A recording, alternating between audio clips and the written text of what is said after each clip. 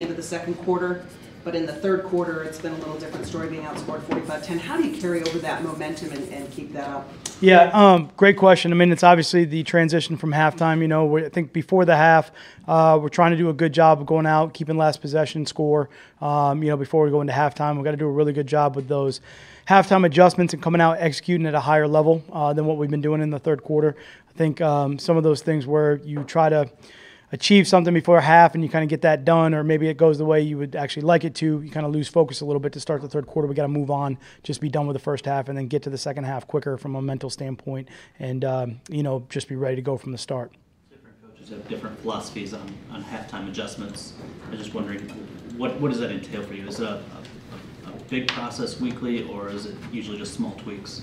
It just depends on the game, really. You could go into a game, and particularly early in the season, where you may not necessarily know what the opponent is going to do. They've either had an entire offseason or training camp, or they can come out in something totally different that you haven't seen before. So you might be making a lot of adjustments at halftime. You might have made some of those adjustments in the second quarter, which sometimes if you can get those adjustments early enough and get them done in the second quarter, you're going in at halftime and just making sure everybody's on the same page with it. It goes a little bit quicker. I'd say depending if the game's going in a direction where you thought it was going to go, the adjustments might be minimal. If you play teams that adjust at halftime, then you got to get ahead of the curve and kind of go to a different sort of look or game plan working into the second quarter. So every game's kind of different from that standpoint there. Yeah, thank you. You've had one rush from the line of scrimmage greater than 10 yards in the first two games. Are you more comfortable having a situational running backs, or do you want to feature back long term? You know what? I think the running backs nowadays, all of them have different skill sets, across the NFL. And I think all of them are capable of big plays. These guys are very talented as far as that's concerned. Situationally, it's defended different. That's certainly for sure. So you might have defenses, like for instance this week with New England, that are going to load the box. There's going to be a lot of guys down in there, one extra guy than you can block, and they're going to force you to, either throw the ball or try to run a different type of run play. Those become tough yards. But those yards, even though they're 1 or 2 yards a carry or 3 yards a carry, do have a residual effect to them where you just got to stay with them, and hopefully it opens up either later in the game or opens up another kind of complementary play or whatever you have off of it from that standpoint. But I think all the backs that, that we have are all a little bit different. Try to use their skill sets to the best of their ability in those situations to make plays. I was just curious about Sunday, but maybe this week too. Just how are you able to put the emotions aside of facing your old team, your mentor, sort of the stuff that goes along with the game, I guess, to get ready and get your team ready for this week? Yeah, to be honest with you, it's not, I'm not playing, so it's Coach Belichick's not playing, so it's the Patriots and the Lions, and that's, first and foremost for me is making sure the Lions are ready to go.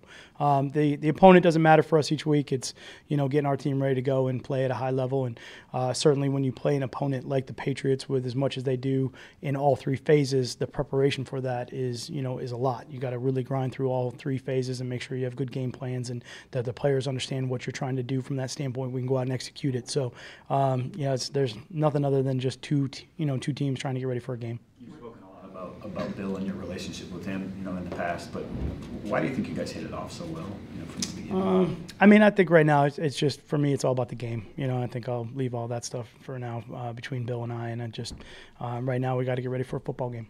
When Darius is on the field, what does he give you, maybe that other quarterbacks don't? What maybe makes him special? Look, we got a lot of guys out there that play in the league that are, that are on our team that are special in all the different things that they do.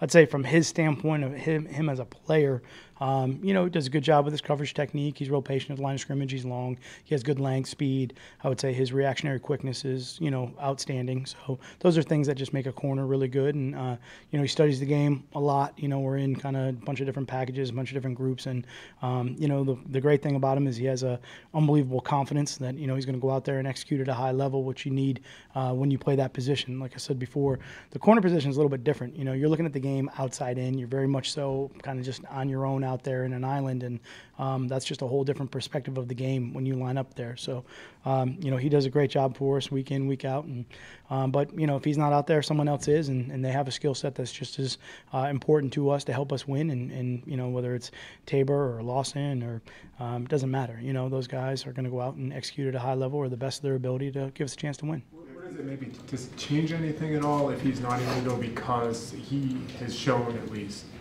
much more ability to be maybe a shutdown guy that can cut out a quarter of the field where, frankly, the other guys just haven't.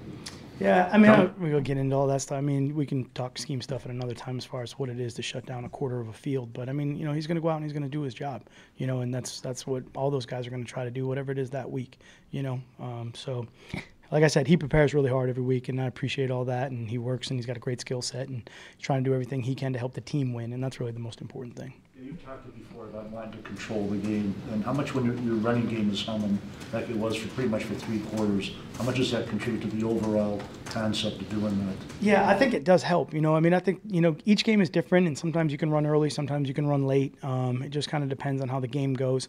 But when you can run the ball, from a defensive perspective, it becomes a lot more challenging to defend.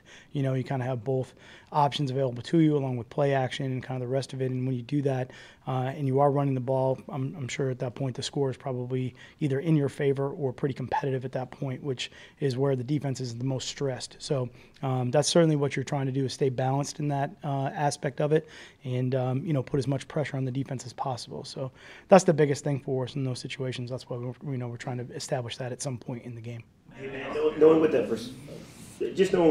percentages say about teams that start 0-2 and then making the playoffs, is there such a thing as a heightened sense of urgency for a third game, knowing if you guys lose this one, it's probably a lost season? You know what the good thing about the NFL is that there's only 16. That's all you got. So everyone's important. Every single game's important, and each week you got to start over and you got to attack that game in particular. So it's kind of just the way we approach it. What challenges does their defensive front pose? They got 10 guys on the roster, defensive line-wise. Looks like a lot of different shapes, sizes, skill sets. Decker talked about that yesterday, really having to prepare for each individual guy. Just kind of what challenges does that pose? Yeah, it does. They're very specific for the roles that they play, so you have to be very aware of those guys that are coming in, what they do well, how they use them, and they disguise a lot of that stuff really good also. So from the standpoint, like I said, they're going to load the box, they're going to have an extra guy down, whether it's a safety or, an extra DB or an extra linebacker, whatever the case may be, which puts a lot more pressure on the front, not only from a run standpoint and trying to pick everybody up for the run game, but also in the pressure game. There's a little bit more blitz packages this year and a little bit more pressure coming, trying to force the ball out faster and obviously then shut down the run. So they're moving those guys from inside to outside, moving the linebackers from off the ball to on the ball. You have the exchange rushes that are possible also with those guys because they are very multiple in that fashion. So that creates a lot of pressure for the offensive line, and those guys got to try to see it all, like I've said before, through the same set of eyes. So that becomes real difficult at that point. At this point, do you expect not to have Darius this week? Like I said, again, we do the injury report every week, and we list those when that comes out. Then you'll know where we are with there. At some point in training camp about how impressed you were with Kerry Hyder's recovery from his injury. Yeah. Obviously, different challenge playing 2 games. Just how has he responded to the start of the season, do you think?